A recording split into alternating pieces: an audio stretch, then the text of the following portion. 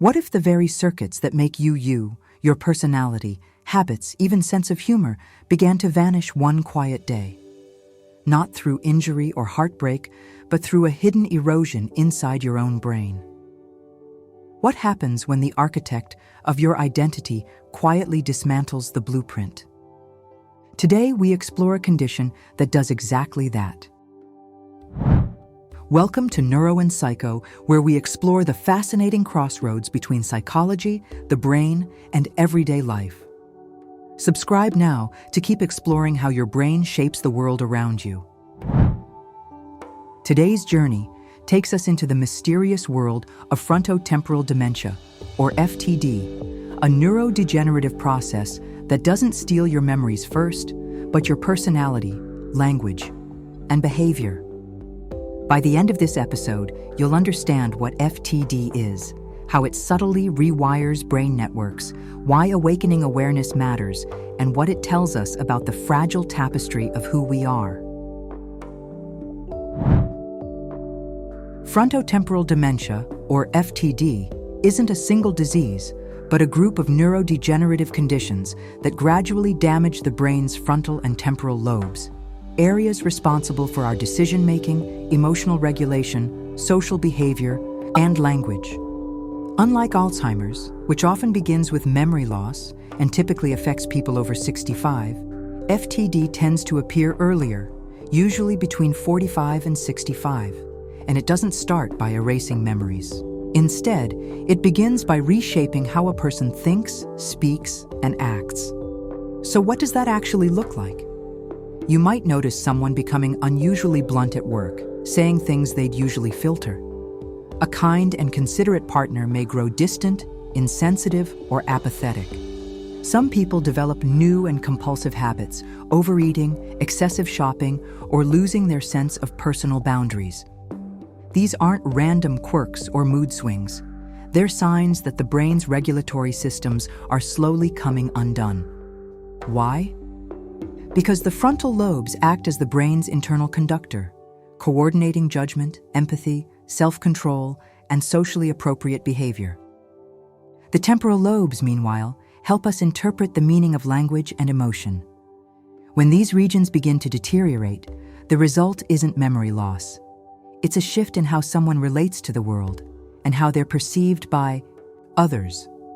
In short, FTD doesn't just affect what you remember, it changes how you behave. This becomes especially clear in the disorder's most common and striking form. And here's the difficult part.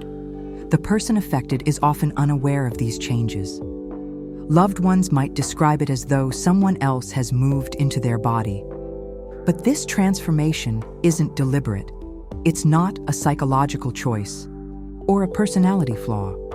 It's a neurological collapse, a breakdown in the brain's filtering systems, particularly in areas like the orbitofrontal cortex and ventromedial prefrontal cortex, which usually help us regulate behavior, interpret social cues, and align our actions with context.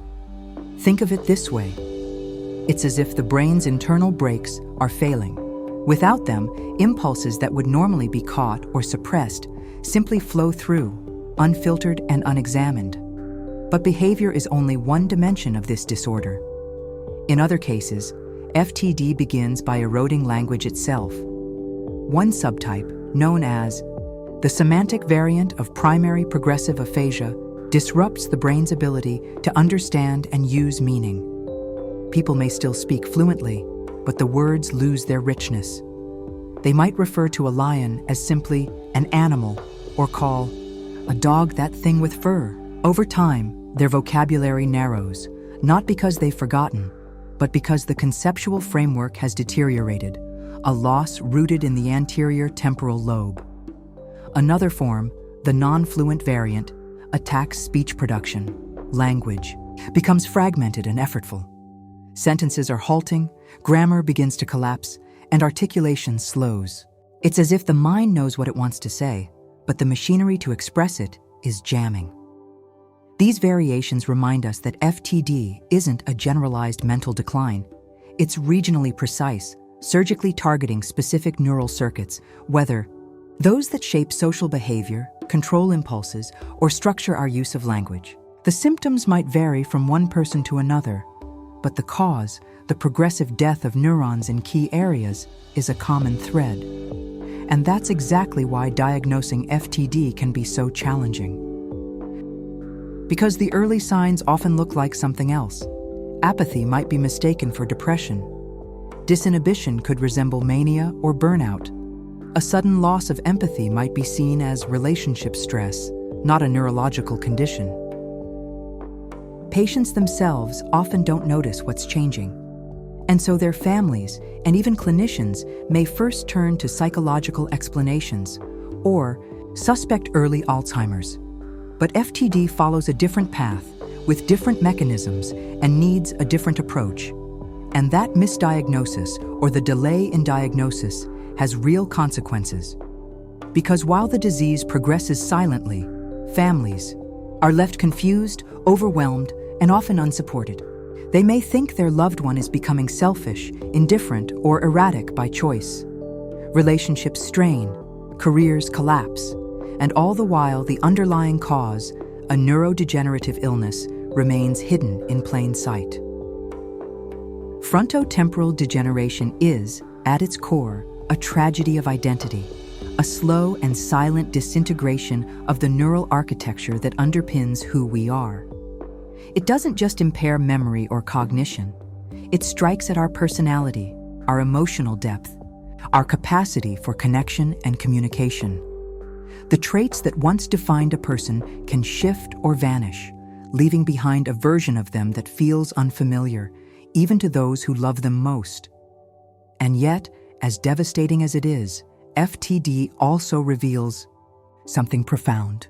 Because in dismantling specific brain networks, it highlights what those circuits made possible: our ability to understand language, to feel empathy, to navigate a social world, to act with intention. It's as though the disease, in tearing the web apart, helps us see more clearly how that web was woven. When just one set of neural threads weakens, the entire tapestry of the self can begin to fray. Not all at once, and not always in ways we immediately recognize, but gradually, unmistakably, something essential shifts. Still, in studying this unraveling, we gain insight. We learn which regions help us read a facial expression, hold back an impulse, or find the right words in a moment of emotion.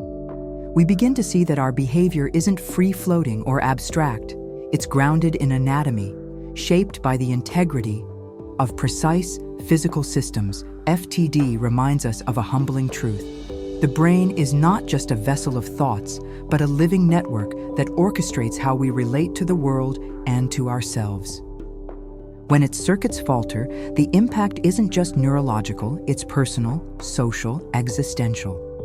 But in tracing the progression of this condition, we don't only witness decline. We also discover the architecture of the human mind, what holds us together, what allows us to feel, to speak, to love, and to be.